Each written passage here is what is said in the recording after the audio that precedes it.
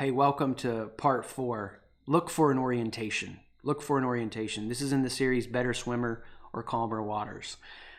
This comes out of a prayer from me a year ago where I was facing a circumstance and I was like, God, I'd love for some of these choppy waters to be calmer. And just hearing the still small voice say, how about I make you a better swimmer? So we're looking at the process of becoming a better swimmer. And we said, first we got to accept the process, like John the Baptist, that doubts are going to show up. We focus on the next right action. And even if we don't commit well to the next action, like Jacob, we wrestle God for that next breath we receive. And as we receive that next breath, we advance like Joseph in the midst of the chaos. We upgrade our skills. We stay at the edge. We keep our vision sharp. And there's been so many circumstances for me in choppy waters where I feel like the seaweed starts to almost choke me out. I can remember being 22 years old in a situation where I was actually leading an organization as a pastor, way too young to do that. But I just thought, if I could just lead them so well, if I could just do this the way that I'm seeing it, they're going to be so taken care of. My leadership will be a place that refreshes them. And I had to lead this organization through a lot of change. This was the change that they agreed to before I even began. And so I'm leading them through, buying land and selling a building and complete organizational overhaul. And after we had finished, getting the change in motion, and they ended up getting into their new building and all that went well, I was asked to go back and do a wedding. And so I went back to do this wedding, and I had seen somebody who was like a matriarch of the church, and I could tell she was trying to tell me something. I was saying hey to her, and I leaned down and she just said to me, I'm so sick about what happened at our church. She didn't want the changes. And I was driving away from that and praying and just being like, oh, if I could just be a perfect leader, no one would ever get hurt. If I could just be a perfect leader, no one would ever get hurt. And I still remember hearing just that still small voice again saying, yeah, if you could lead them perfectly like that, they'd crucify you. Perfect leadership, resulted in a crucifixion. But I look at the choppy waters I've found myself in, where I've wanted to be the best leader I can be for people. And I've not realized how much I've wrapped up who I am in those choppy waters.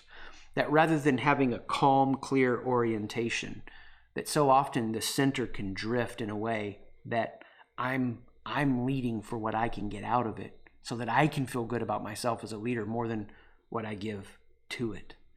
And so as we go through this journey of becoming a better swimmer, we have one more undoing that occurs here, where we go, I thought this would go different. I thought this would be different.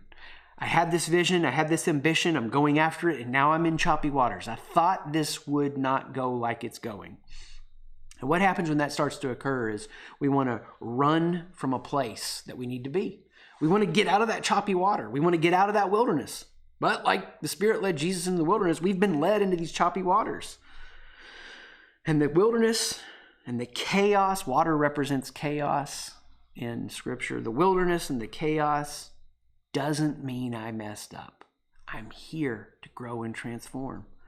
And if you can understand that you're not there just because you messed up in some way, but there's a process of transformation, you can start to embrace what happens when the wind is swirling and you need to find that orientation so you don't get lost. When I think about this story and what happens in this process of becoming a better swimmer, I think a lot about Jonah. Jonah, God speaks to Jonah about going to the Ninevites. And the Ninevites were like a brutal people. There's no way you would want to go let them experience love and grace and mercy. They deserve worse. They don't deserve that. So Jonah has this response that any of us would have.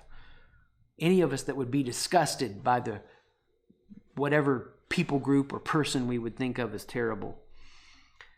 And so, and this is an interesting part to the story.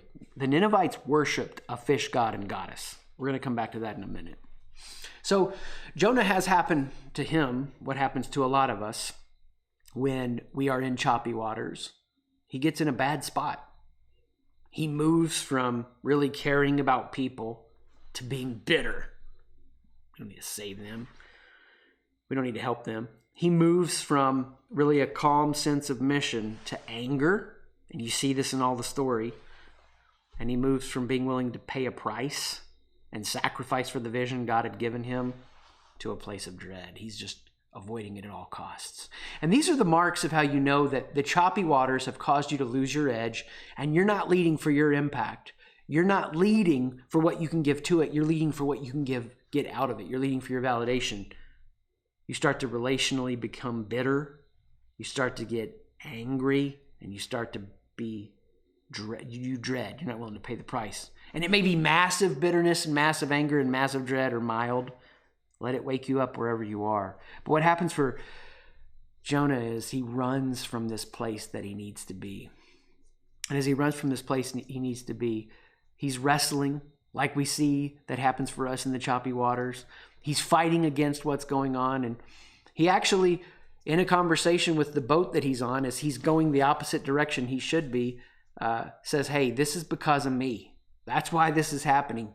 And he's thrown overboard. And in being thrown overboard, and you know the story, and I want you to pause real quick here and think about this. This is a 4-part poem. So many people get into this story and want to fight over the literal nature of it more than they want to appreciate. This poem would have been told around the fire thousands and thousands and thousands of times as how to help people understand, how do you find an orientation when God is drawing you into some choppy waters and you want to go the other direction. That's what's happening in the Jonah story. So this animal swallows Jonah. And while he's in the guts of this animal, he prays. And you can see the prayer in Jonah chapter 2. Read it for yourself and study it. As he prays through this, he starts to realize this fish, whale, whatever, this is my rescue. This is rescuing me. I'm drowning. I'm going down. I'm swallowed up. And now here I remember to look towards the holy temple. Here's what happens for Jonah. It's the same thing that happens for you in choppy waters. After you've upgraded your technique and you're swimming along and the winds are swirling, you've got to know what you're looking for. You've got to know what you're looking for. And what happens for Jonah is the same shift that happens for us in becoming a better swimmer. We have to orient differently. We're not orienting around where we are. I'm bitter, I'm angry, I have dread. Instead, we're orienting around who God is and who we are in our relationship to God. So the way Jonah expressed this was, I look towards your holy temple. I look towards Zion. I look towards Jerusalem. I'm making that the center of who I am, not this circumstance. Now we're onto something. When you're in the situations that cause you to become a better swimmer, if the orientation you have is around the circumstance, then you're going to try to force an order. You're going to build an idol out of your beliefs, which we could call an ideology. You're going to build an idol out of any of the accomplishments or the achievements. You're going to constantly look for ways to build who you are, your orientation, around the things that you can affect and control. And rather than staying in a place of openness and mystery, and in a place that things may not always make sense the way that you want them to, you miss the biggest part of what's happening right now for you in this moment where you're becoming a better swimmer. Here's the way I would say it. Jonah is a type of Christ. Jonah points us to who Jesus is. Think about this. Jesus is in a place where he could have said, you're out and you're in, like Jonah wanted to do.